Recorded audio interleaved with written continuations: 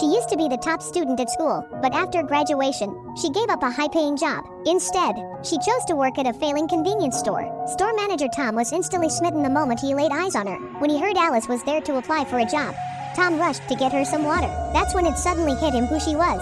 She was the bad girl who had bullied him on the street 3 years ago. He was going through a painful breakup at the time. She had not only harassed him but also forced a kiss on him. Looking at Alice's resume, Tom realized she didn't recognize him. He was determined to get rid of her. 이 밤샘 시야바라서 은퇴입니다. 오늘도 여자분들 세상은 괜찮아. 지주 뭐뭐 집에 안 들어가도 돼.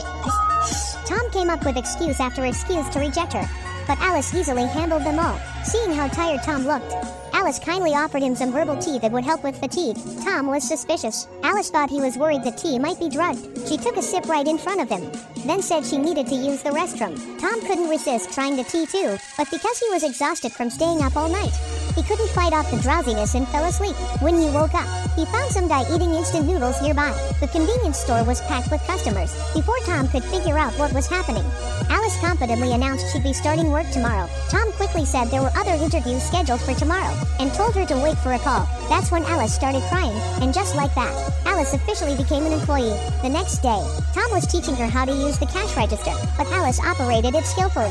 Saying she'd worked as a cashier before, Tom asked if she was familiar with cigarettes. Alice said she didn't smoke. Tom started laughing. 3 years ago, she had clearly made him go buy cigarettes for her. Now she was putting on this innocent act. Tom explained that cigarettes were the only item you had to hand directly to customers. Alice flirtatiously suggested they practice together. Tom jumped back, startled. He quickly made an excuse and ran off. Seeing him flee in panic, Alice smiled smugly. That afternoon, Alice suddenly said she needed to go out. Tom followed her, even reminding her to watch the money in her pocket. After Alice left, Tom felt like something was off. After serving a customer, he realized he had clearly put 10 bills in the register, but now they were all gone. Thinking about the money in Alice's pocket, he immediately went to check the security footage, but the angles didn't show anything clearly. Alice's phone went straight to voicemail. Then he remembered how he fell asleep right after she gave him that tea. Tom immediately realized he'd been played. Plus, the news had been reporting recent convenience store thefts committed by young women in their 20s. He quickly found the signed contract